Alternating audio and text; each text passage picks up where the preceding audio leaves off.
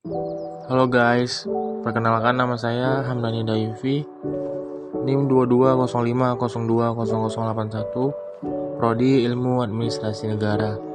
Di sini saya akan menjelaskan tentang ketimpangan sosial. Secara umum, ketimpangan sosial adalah kondisi di mana ada ketidakseimbangan atau jarak yang terjadi di tengah-tengah masyarakat yang bisa disebabkan oleh perbedaan status sosial, ekonomi, maupun budaya. Perbedaan yang cukup jauh akan memicu terjadinya ketimpangan, mulai dari perlakuan orang sekitar yang berbeda sampai terjadinya risiko ketidakadilan. Bentuk ketimpangan dalam kehidupan sosial sangatlah beragam dan bisa saja dialami secara langsung oleh diri sendiri. Mulai dari perbedaan perlakuan orang lain terhadap mereka yang kaya dengan yang miskin, antara mereka yang cantik atau tampan dengan mereka yang kurang rupawan, hukum yang tumpul ke atas tapi tajam ke bawah, adil untuk orang kaya tapi tidak untuk orang miskin, perbedaan akses pendidikan di desa dan di kota, perbedaan fasilitas umum di desa dan di kota, dan lain sebagainya. Banyak sekali bentuk ketimpangan di dalam kehidupan sosial bermasyarakat, sebab memang faktor pemicunya sangat beragam. Seseorang bisa mendapatkan perlakuan tidak baik dan tidak adil jika berhadapan dengan mereka yang status sosial, ekonomi, dan budayanya yang dianggap lebih unggul atau lebih tinggi. Faktor penyebab ketimpangan dalam kehidupan sosial tentunya tidak terbentuk begitu saja tanpa memiliki alasan atau penyebab yang jelas. Dilansir dari berbagai sumber, ketimpangan ini bisa muncul karena ada dua faktor penyebab, yaitu yang pertama, faktor internal. Faktor internal dalam ketimpangan sosial adalah faktor-faktor yang menyebabkan terjadinya ketimpangan yang asalnya dari dalam diri setiap individu. Setiap orang memiliki faktor internal yang bisa menyebabkan ketimpangan. Faktor internal bisa membuat seseorang berperilaku tidak adil dan mau menang sendiri.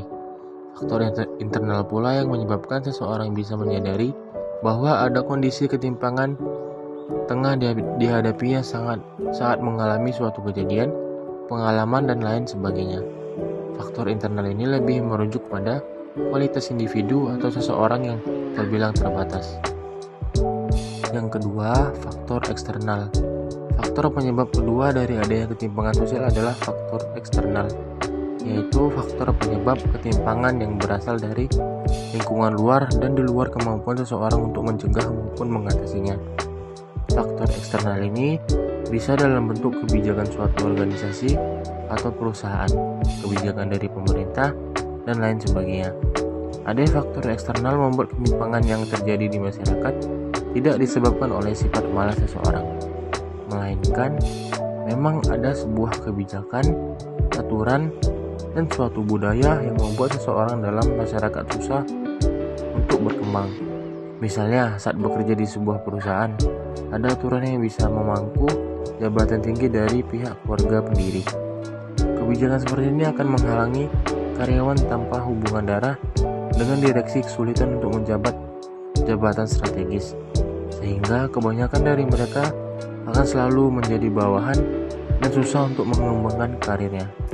Upaya mengatasi ketimpangan sosial: memperbaiki dan pemerataan kualitas pendidikan di daerah terpencil, meningkatkan fasilitas kesehatan seperti rumah sakit, puskesmas, dan menambah jumlah tenaga medis, memberi pemberdayaan atau penyuluhan kesehatan pada masyarakat.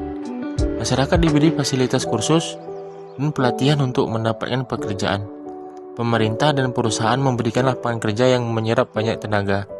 Suatu negara meningkatkan sistem hukum dan keadilan untuk mengurangi korupsi. Pemindahan penduduk transmigrasi dari daerah padat penduduk ke daerah yang jarang penduduk.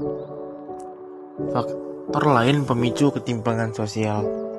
Yang pertama, kondisi demografis. Demografi adalah ilmu pengetahuan yang mempelajari masalah kependudukan dan faktor yang mempengaruhi.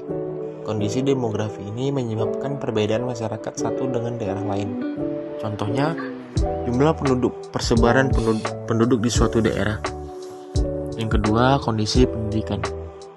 Pendidikan menjadi faktor penyebab ketimpangan sosial. Semakin tinggi dan merata pendidikan di suatu daerah, maka semakin banyak sumber daya manusia yang memadai. Contoh faktor pendidikan yaitu anak-anak yang sekolah di daerah terpencil mendapatkan fasilitas pendidikan kurang, sedangkan anak yang sekolah di kota mendapatkan fasilitas yang mencukupi. Yang ketiga, kondisi ekonomi. Penyebab utama kepentingan sosial karena ekonomi. Contohnya, suatu daerah memiliki pendapatan dan pembangunan ekonomi yang berbeda. Perbedaan ini sumber daya dan faktor produksi antar wilayah berbeda. Contoh ketimpangan sosial ekonomi yaitu barang produksi suatu daerah menghasilkan lebih banyak dibanding daerah yang kekurangan sumber daya. Yang keempat, kemiskinan. Setelah ekonomi, faktor penyebab ketimpangan sosial karena kemiskinan struktural dari faktor eksternal menyebabkan masyarakat di suatu wilayah mengalami kemiskinan. Yang kelima, kesehatan. Ketimpangan sosial terjadi karena kurangnya fasilitas kesehatan. Contohnya, beberapa daerah yang belum mendapatkan fasilitas kesehatan yang memadai, padahal puskesmas dan rumah sakit mampu meningkatkan kesehatan dan kesejahteraan. Yang keenam, letak geografi. Suatu negara memiliki geografi yang berbeda. Contohnya saja Indonesia, negara kepulauan. Pulau-pulau kecil belum dikelola dengan baik sehingga terjadi ketimpangan. Yang ketujuh, kurangnya lapangan pekerjaan. Ketimpangan sosial terjadi ketika suatu negara memiliki jumlah pengangguran lebih banyak. Penyebabnya karena kurangnya lapangan kerja, sehingga pekerja mencari kerja harus bersaing. Dampak kurangnya lapangan kerja menyebabkan pengangguran bertambah, diskriminasi hingga kriminalitas. Demikian yang dapat saya sampaikan. Bila ada kekurangan dan kesalahan mohon dimaafkan. Wabillahi taufiq wal hidayah. Assalamualaikum warahmatullahi wabarakatuh.